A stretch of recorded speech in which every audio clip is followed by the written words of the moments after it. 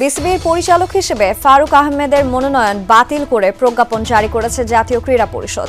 ফলে শূন্য হলো বিসিবির সভাপতি পদ।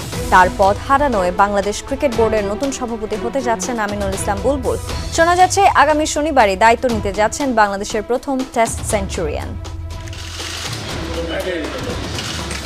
শেষ হয়ে গেল বিসিবিতে ফারুক আহমেদ অধ্যায়। বোর্ড পরিচালকদের অনাস্থা প্রস্তাব দাখিলের পাশাপাশি বিপিএল এর সত্যানুসন্ধান কমিটির প্রতিবেদনে বিসিবির কার্যক্রম স্বাভাবিক রাখার জন্য ফারুক আহমেদের মনোনয়ন বাতিল করেছে জাতীয় ক্রীড়া পরিষদ।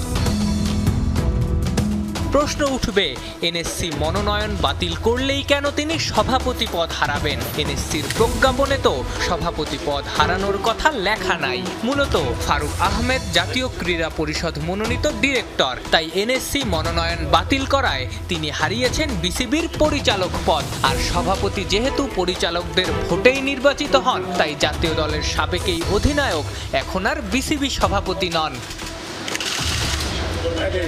গত ২৮ মে ফারুক আহমেদের ওপর অনাস্থা জানিয়ে যুব ক্রীড়া উপদেষ্টাকে চিঠি দিয়েছিলেন আকরাম খান বাদে বিসিবির বাদবাকি ৮ পরিচালক। তার মনোনয়ন বাতিলে এটা একটা বড় কারণ। এমনকি ক্রীড়া উপদেষ্টা ফারুক আহমেদকে পদত্যাগও করতে বলেছিলেন, তবে তিনি পদত্যাগ করতে চাননি, তাই তার মনোনয়নই বাতিল করা হয়েছে।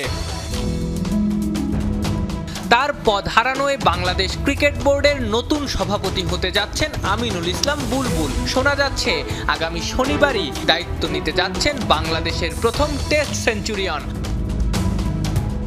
বিসিবির গঠনতন্ত্র অনুযায়ী সভাপতি বা পরিচালক হতে হলে বিসিবির কাউন্সিলর হতে হবে। সেই অনুযায়ী সাবেক অধিনায়ক কোটায় কাউন্সিলর ছিলেন ফারুক আহমেদ, আর এনএসসি কোটায় হয়েছিলেন পরিচালক। বিকেএসপির কাউন্সিলর নাজমুল আবেদিন ফাহিমেরও একই গল্প। এখন পর্যন্ত বুলবুল কোনো কোটাই কাউন্সিলর নন, তাই তাকে কাউন্সিলর বানাতে হলে এনএসসির ৫ কাউন্সিলরের কাউকে পদত্যাগ করতে হবে। এরই মধ্যে জাতীয় ক্রীড়া পরিষদ মনোনীত কাউন্সিলর শেখ হামিম হাসানের জায়গায় আমিনুল ইসলাম বুলবুলকে জাতীয় ক্রীড়া পরিষদের কাউন্সিলর মনোনয়ন দেয়া হয়েছে।